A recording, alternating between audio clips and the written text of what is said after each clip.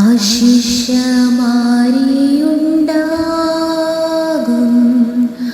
ആനന്ദ വാഗ്ദത്തമേ,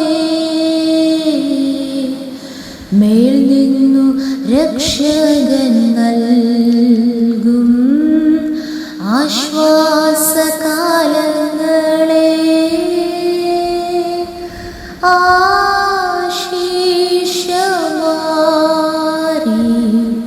ആശിഷം പെയ്യണമേ,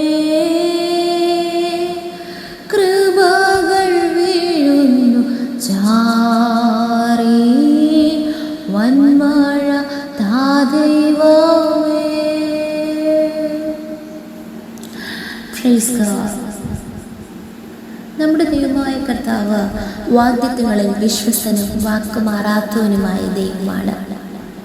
അതെ, ആശിഷമാരിയുണ്ടാകുമെന്ന ആനന്ദ വാഗ്ദത്തം നൽകിയ ദൈവത്തിൻ്റെ സന്നിധിയിൽ നാമും ആ വാഗ്ദത്തം പ്രാപിപ്പാൻ പൂർണ്ണ സഹിഷ്ണുതയുള്ളവരാൽ ദൈവസന്നിധിയിൽ കാത്തിരിക്കുമെങ്കിൽ നിശ്ചയമായി അനുഗ്രഹകരമായ മഴ നമ്മുടെ ജീവിതത്തിൽ പെയ്യിച്ച് നമ്മെ മാനിക്കുവാൻ, ആത്മീകമായി മറ്റെല്ലാ തലങ്ങളിലും നമ്മെ അനുഗ്രഹിക്കുവാൻ ദൈവം സർവശക്തനാണ്. എന്നെ ശ്രവിക്കുന്ന എല്ലാ പ്രിയ ദൈവമക്കൾക്കും യേശു ക്രിസ്തുവിൻ്റെ നിസ്തുല്യ നാമത്തിലുള്ള എൻ്റെ സ്നേഹവന്ദനങ്ങൾ. ഈ പ്രഭാതത്തിലും അല്പസമയ ചിന്തയ്ക്ക് ആധാരമായി എബ്രായർക്ക് എഴുതിയ ലേഖനം 6-ാം അധ്യായം അതിൻ്റെ 7-8 വചനങ്ങൾ നമുക്ക് വായിക്കാം. പലപ്പോഴും പെയ്ത മഴ കുടിച്ചിട്ട് ഭൂമി കൃഷി ചെയ്യുന്നവർക്ക് ഹിതമായ സസ്യാദികളെ വിളയിക്കുന്നു എങ്കിൽ ദൈവത്തിൻ്റെ അനുഗ്രഹം പ്രാപിക്കുന്നു. മുള്ളും ഞെരിഞ്ഞിലും മുളപ്പിച്ചാലോ അത് കൊള്ളരുതാത്തതും ശാപത്തിനെടുത്തതും ആകുന്നു, ചുട്ടുകളയുക അത്രേ അതിൻ്റെ അവസാനം. പ്രിയ ദൈവമക്കളെ, ഇവിടെ നാം വായിക്കുന്നു, പലപ്പോഴും പെയ്ത മഴ കുടിച്ചിട്ട് ഭൂമി കൃഷി ചെയ്യുന്നവർക്ക് ഹിതമായ സസ്യാദികളെ വിളയിക്കുന്നുവെങ്കിൽ, അതെ, നാം കൃഷിക്കാരെ നോക്കുമ്പോൾ മഴ പെയ്ത് ഭൂമി അത് കുടിച്ചിട്ട് ആ കൃഷി ചെയ്യുന്ന ആ കൃഷിക്കാരൻ ആഗ്രഹിക്കുന്ന നിലവാരത്തിലുള്ള ആ കൃഷിക്കാരൻ എക്സ്പെക്റ്റ് ചെയ്യുന്ന രീതിയിലുള്ള ഫലം പുറപ്പെടുവിക്കുന്നുവെങ്കിൽ, ഹിതമായ ഫലങ്ങൾ പുറപ്പെടുവിക്കുന്നുവെങ്കിൽ, സസ്യാദികളെ വിളയിക്കുന്നുവെങ്കിൽ ആ കൃഷിക്കാരന് അതൊരു അനുഗ്രഹമായിരിക്കും.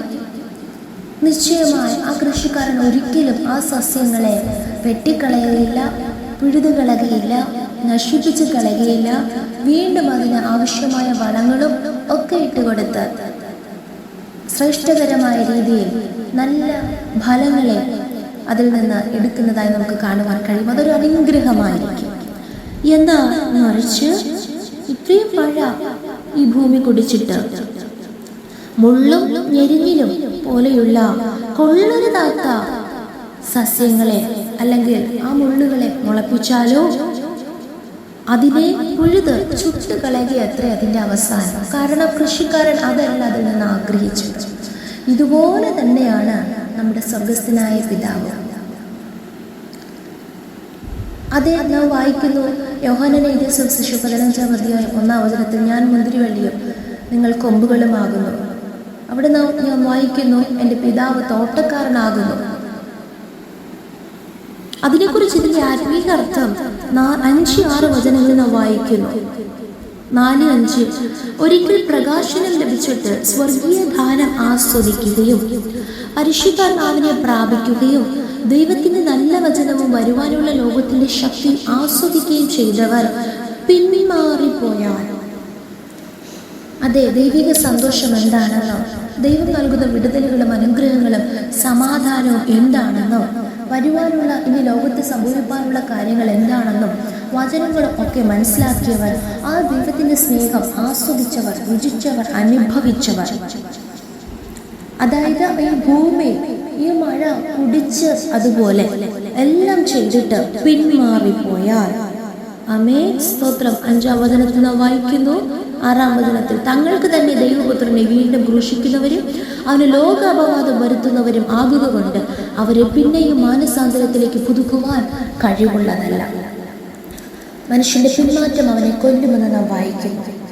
അങ്ങനെയാണെങ്കിൽ തീയും ഗന്ധകവും കത്തുന്ന പൊയ്കയിൽ എത്ര അവരുടെ അവസാനം. നിത്യകാലമായി നിത്യദണ്ഡനം അനുഭവിക്കേണ്ടി വരും. ഇതിൽ നിന്ന് നമുക്ക് എന്ത് മനസ്സിലാക്കുവാനിടയായിത്തീരുന്നു? നിശ്ചയമായി നാം ആ ദൈവത്തിൻ്റെ സ്നേഹം അനുഭവിച്ച് ആ കർത്താവ് നല്ലവനെന്ന് രുചിച്ചറിഞ്ഞ് ഓരോ നാളും ആ കർത്താവിന് ഹിതമായ വണ്ണം നാം ജീവിക്കുകയാണെങ്കിൽ, ദൈവത്തിൻ്റെ ഇഷ്ടം നാം പ്രവർത്തിക്കുകയാണെങ്കിൽ, നിശ്ചയമായി ദൈവത്തിൻ്റെ അനുഗ്രഹം, ആ അനുഗ്രഹകരമായ മഴ വീണ്ടും നമുക്ക് ലഭിക്കുകയും നാം ഒരു അനുഗ്രഹകരമായി മാറുകയും അനേകർക്ക് ഫലം കൊടുക്കുന്നവരായി അനേകർക്കൊരു അനുഗ്രഹമായി നാം മാറും. എന്നാൽ സഹിഷ്ണുതയില്ലാതെ ദൈവസ്ഥലത്തിൽ കാത്തിരിക്കാതെ നമ്മുടെ സ്വന്തം വഴികളിലും സ്വന്തം ഹിതങ്ങളും സ്വന്തം ഇഷ്ടങ്ങളും ചെയ്ത് സ്വന്തം വിവേകത്തിലൂന്നി പിന്മാറി ദൈവസ്ഥലത്തിൽ അന്യപ്പെട്ടു പോയാൽ അത് നമ്മുടെ നാശത്തിന് കാരണമാകും. നമ്മെ തന്നെ ദൈവകരങ്ങളിൽ ഏൽപ്പിച്ചു കൊടുക്കാം. നമ്മുടെ കർത്താവ് വരാറായി. കർത്താവിൻ്റെ ഇഷ്ടവും ഹിതവും ചെയ്യുവാൻ നമ്മെ തന്നെ സമർപ്പിക്കാം. ദൈവം നമ്മെ ഏവരെയും ഈ വചനങ്ങളാൽ അനുഗ്രഹിക്കുമാറാകട്ടെ. Good morning. Have A nice day. May God bless you.